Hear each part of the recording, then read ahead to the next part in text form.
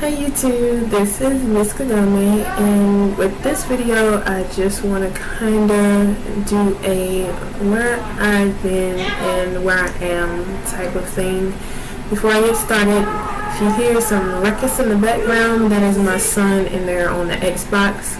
There's nothing I can do once he gets started, so please excuse the background noise. Okay, I'll start off this video by giving you my real name. My real name is Wendy. It is not Kagome, of course. Some anime heads may know that, but my real name is Wendy.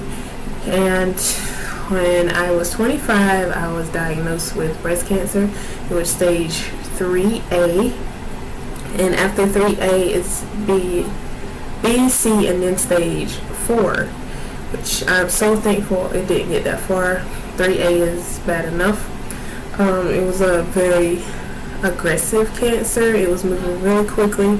I didn't know. The way I found my cancer was I found the lump myself.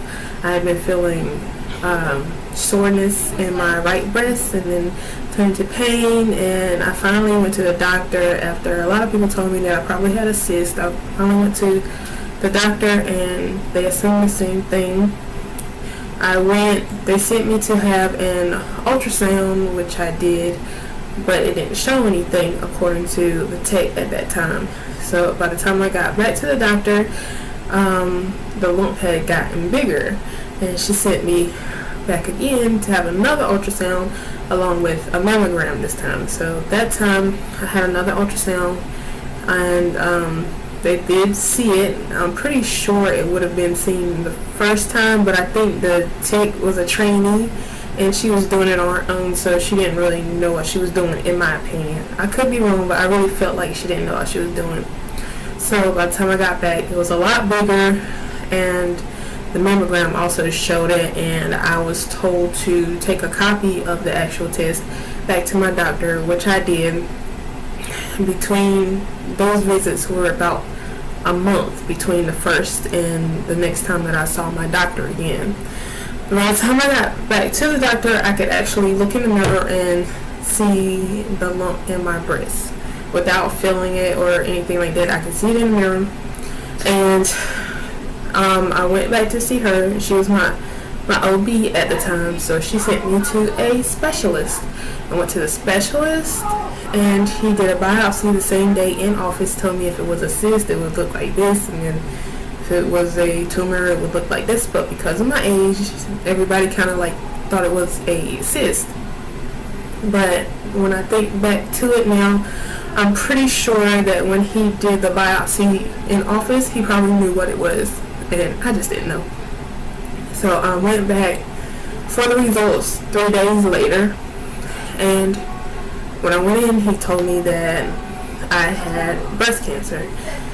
I didn't know what stage it was or anything like that, but between first going to the doctor for the pain and then finding out that I had breast cancer, about a month and a half had gone by, and it was very aggressive. I feel like if things had been kind of more handled more aggressively in the beginning, I probably would not have progressed to stage 3, but because of my age, everyone was assuming it's just a cyst when it wasn't. So within 3 days of finding out that I actually had cancer in my breast, I was on the operating table getting surgery. So I had a mastectomy and a lymphectomy. I had 9 lymph nodes removed and a full mastectomy of the right breast. So I lost my entire right breast and 9 lymph nodes. From surgery, I suffered lymphedema from having lymph nodes removed. So I've had therapy for that a couple times. First had it maybe in the beginning, close to the initial surgery, and then again in the past year or so I did it again. So and that's an ongoing thing. Lymphedema does not go away. You can treat it, it can get better, it can get worse if you don't take care of it. I've seen lymphedema that has gotten a lot worse than mine has, but I'm lucky. I've been able to take care of mine. So yeah, I went there. After surgery, I was given time to heal, and then I went into chemotherapy. I had 6 rounds of chemotherapy with the abbreviation TAC, TAC. I can't remember what all of the letters are. I think it's like tamoxifen, anamycin, and something else for the C, but I can't remember what it was called. I was told early on that I might be put into early menopause and I may not be able to have any more children. I have a son, but I do wish I could have more kids. My period stopped right away after taking my first round of chemo. My period went away. My insurance didn't cover any fertility type of thing or saving of eggs or anything like that, so that wasn't an option for me and I couldn't afford it. I had gotten a job offer at the same time that I found out I had cancer. I had to turn down my job offer, which made me really upset. I won't lie, I did cry because I was really looking forward to doing that job. But I was unable to go back to that because it was a field job that I really wanted, and I would be running around and heavy lifting and things like that, which I couldn't do anymore. But after 6 rounds of chemo, which if you've ever had chemotherapy, it makes you very, very sick. Your hair falls out, you'll have hot flashes, chills, achy bones from the Neulasta shot that they give you to keep your white blood cells up, and diarrhea, constipation, headaches, mood swings, like all kinds of crazy stuff from chemotherapy. After chemo, I did 30 sessions of radiation to my right breast and my side and my back.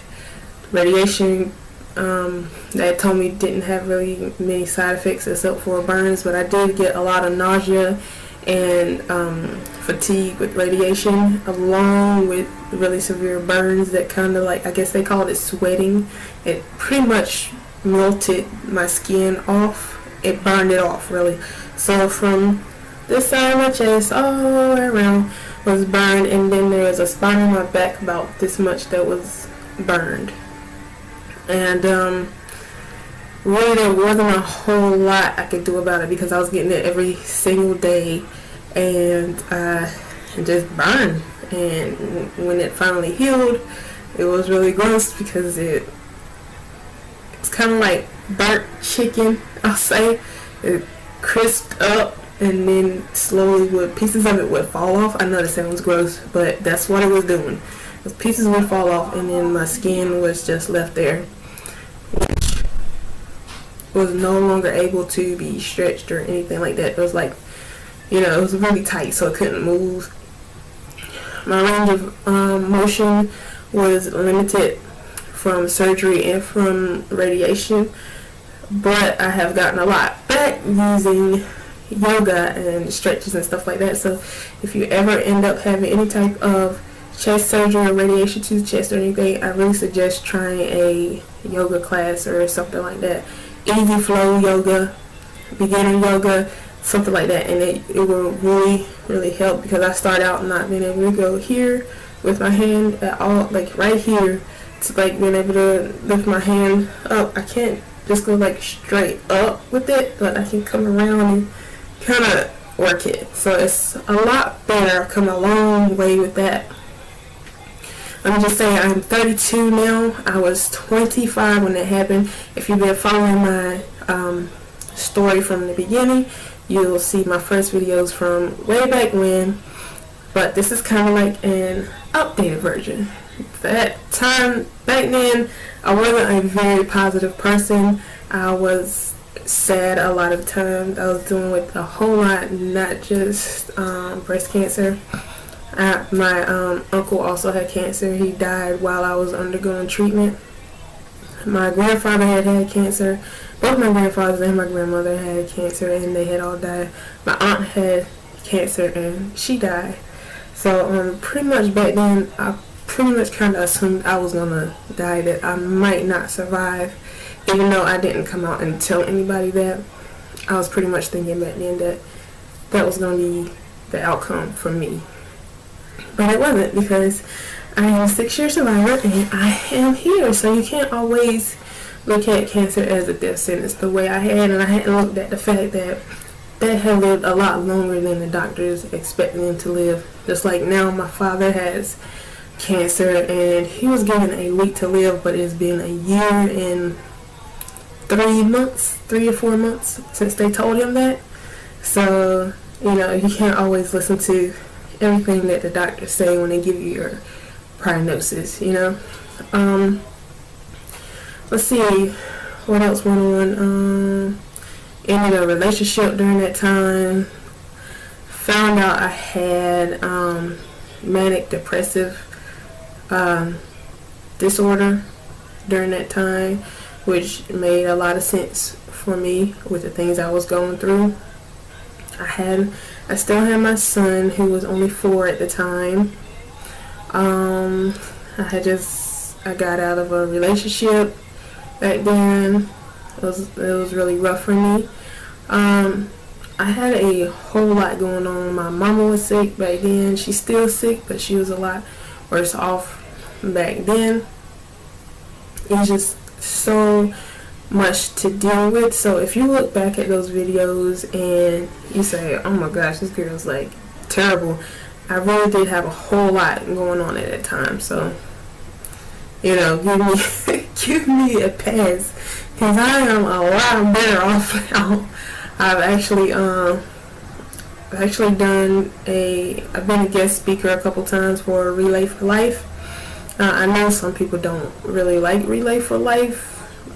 They have their own reasons, but Relay for Life for me was a big deal. I didn't even know they did it in this area until after I finished my chemotherapy sessions. I was a 5-month survivor the first time I went, and I was featured in the newspaper the first time, not even because of my age. I don't know, I just happened to get my picture taken walking, and they came and asked me some questions. So I was featured in the newspaper on the front page my first year at Relay for Life, and then after that I was in there again another year for Relay for Life. And this past weekend for Relay for Life, I was a guest speaker, and I have also been a guest speaker at a Relay for Life luncheon.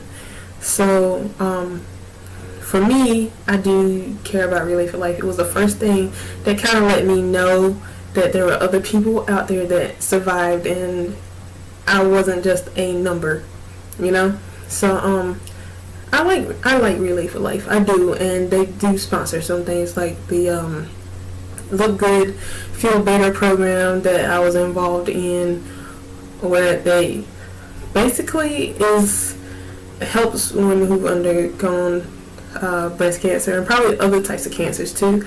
And you have to get rid of all your makeup and you lose your hair and everything like that. They give you makeup and they show you how to wear wigs and they show you how to tie your head up to to get past the baldness, and they make you look better than you feel, so that in turn you'll feel better, because your appearance really does affect the way you feel on the inside, I mean. So back then I felt like I was ugly. I felt like an alien. Didn't have any eyebrows. I didn't have any eyelashes. I didn't have any hair. And everything was just like, I was missing my breast. I felt less of a woman. And they just really helped me out there. My doctors helped me out a lot. I went to them when I was feeling like I couldn't deal with things anymore. They made sure I was able to get talk therapy, not necessarily groups, but even when I couldn't leave outside the house because my white blood cell count was too low and I was kind of stuck indoors, I had people call me on the phone. I had therapists call me on the phone to talk to me and make sure I was okay, make sure I was dealing with things the right way.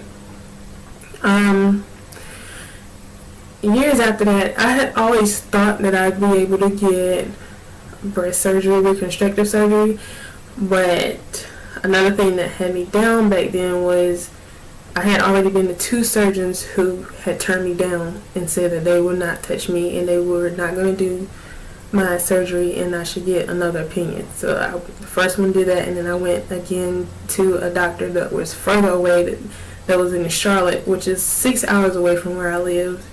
And after I saw him 3 times, he told me I should try to get somebody else. I should seek another opinion, somebody closer to me, even though I was willing to go that distance to get it.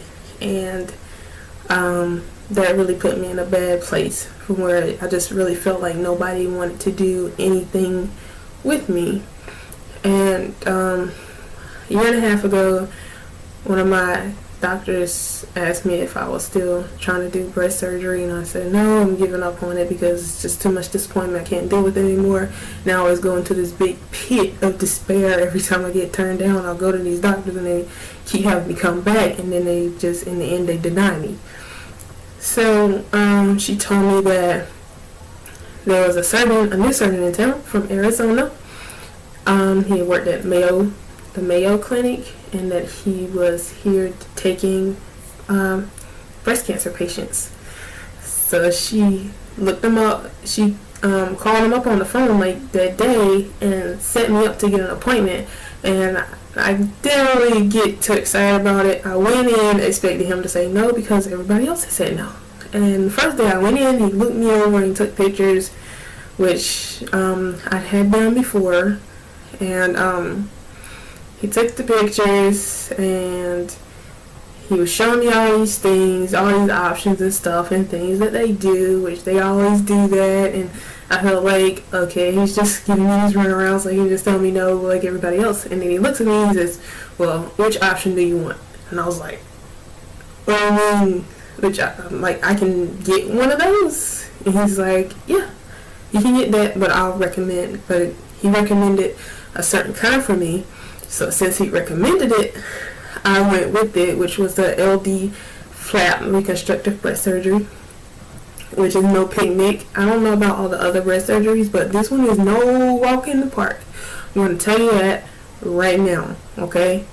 But I did that, and that surgery is basically when they take the LD muscle from your back, they cut a chunk out of it that kind of looks like this, and then they tunnel it. They take the skin and the muscle, and they don't detach it all the way. They leave like the blood supply, and they tunnel it under your armpit. They cut away all the dead skin that's on the front of your chest, which I had a lot of. They cut all that away, and then they tunnel it under your armpit, and then they put that in its place and stitch it down. So then you have like a circle in the front of your chest, because they stitch it around, kind of looks like an eye, shape like an eyeball like that. So and they put that there, and then you heal from that. So then you have a long scar on your back. And for people who have to have a double mastectomy, they have to do that on both sides. I was blessed and I only had to get it on one side. So then after they do that, you have to heal from that. But before they even stitch you up, they put in a expander.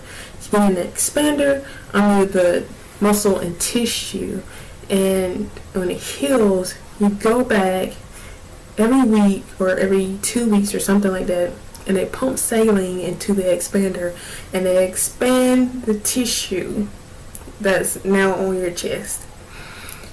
That hurts. The initial surgery hurt too.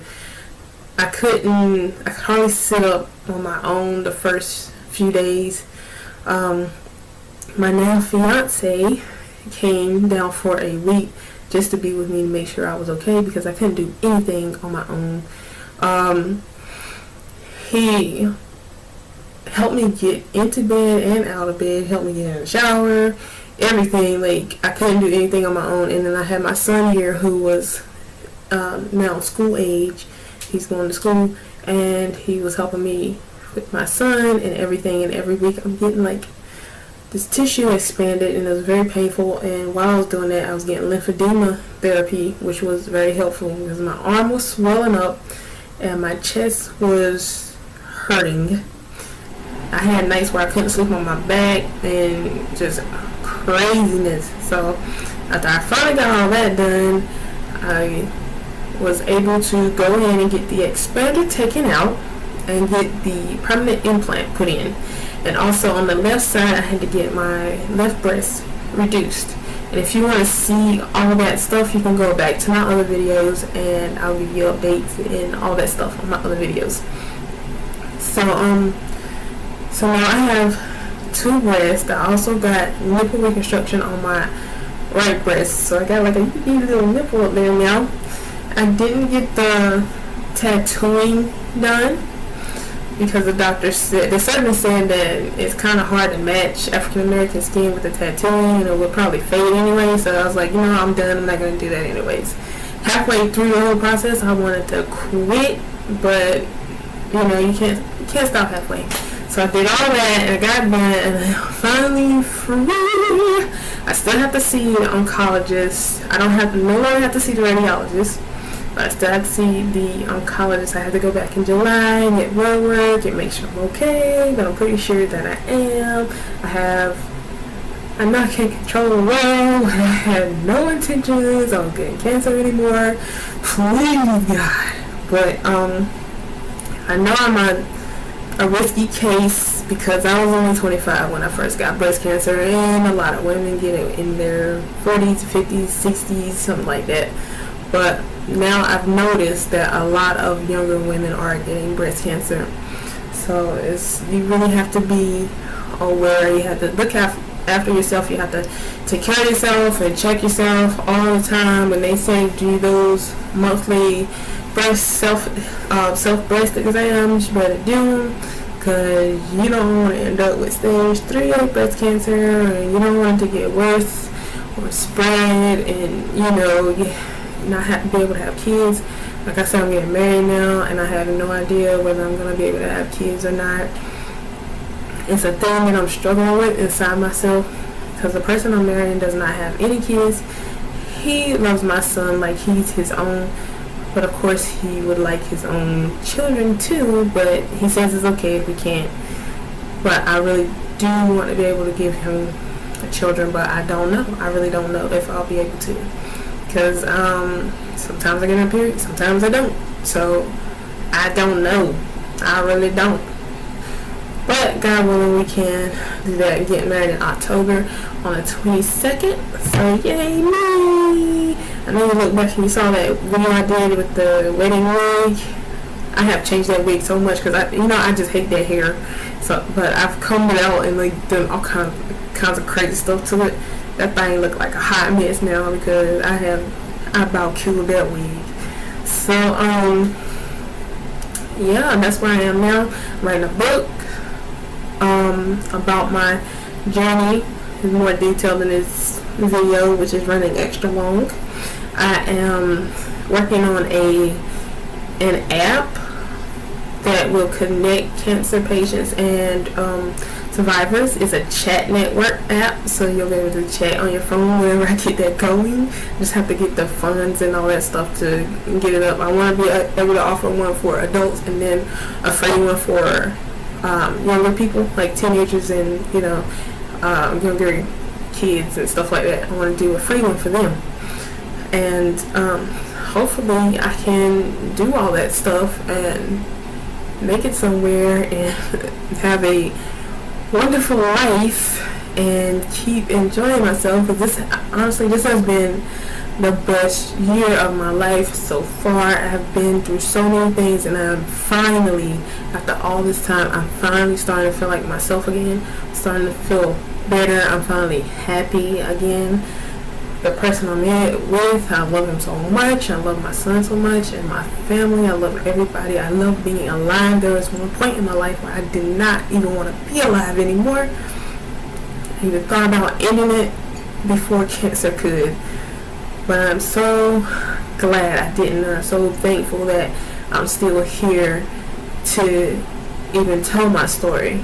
So whatever you do, don't give up. I know things seem like they are so hard and you just want to stop and you can't do it anymore, and life is painful and your body hurts and you're sick and your hair is gone and you feel like you don't look your best and everything, but just don't give up, don't quit, keep going as long as you can. Find something to live for. If it's not your children, live for yourself. Live with the thought that you can find something that'll make you happy, and find something to do. If you're stuck in a house and you can't do anything, find something to do. I sew, I do crafts, I like to write, I draw, I do all kinds of things, and all I'm always saying is I'm going through like phases or whatever, because I'm always like doing stuff and then selling it. I like to make recovery pillows. I've donated lots of pillows to my local oncology center. I even mailed pillows to different women because I was given a pillow when I came out of the hospital. So I've done that for free in the past. Maybe later on in life I'll be able to sell some at a cheaper price than what you would be able to buy them, because you gotta pay for supplies. So I use up all my stuff and I give it all away for free. So I don't have anything now, but hopefully I'll be able to keep doing that and keep gifting people the way they have gifted me. Just keep going back to the people that have made my life so much easier and worth living for, and have been there to support me throughout this whole trip. And life is just getting better, and I'm sure I have a much bigger journey ahead of me, and I just really wish the same for you guys. I know this video is long, so I'm gonna shut up now. But if you guys have any questions or comments about this journey, just hit me up. And if you want to look back at some of those other videos that were kind of depressing, those are on this page too, in my playlist, my breast cancer journey playlist, so you can check those out. You can see pictures and footage of actual surgery, after surgery, not during surgery, but me after surgery. I'll show you scars and kind of give you tips on how to sleep and how to dress and things like that, so you can look back at that stuff. But for now, I'm going to say I love you guys and see you later, and don't forget to be aware. Don't forget to do your self-exams, and men too, because in the past I didn't know that men could get breast cancer, but now I know that they can. So you guys better watch yourselves too. Alright, love you guys. Bye.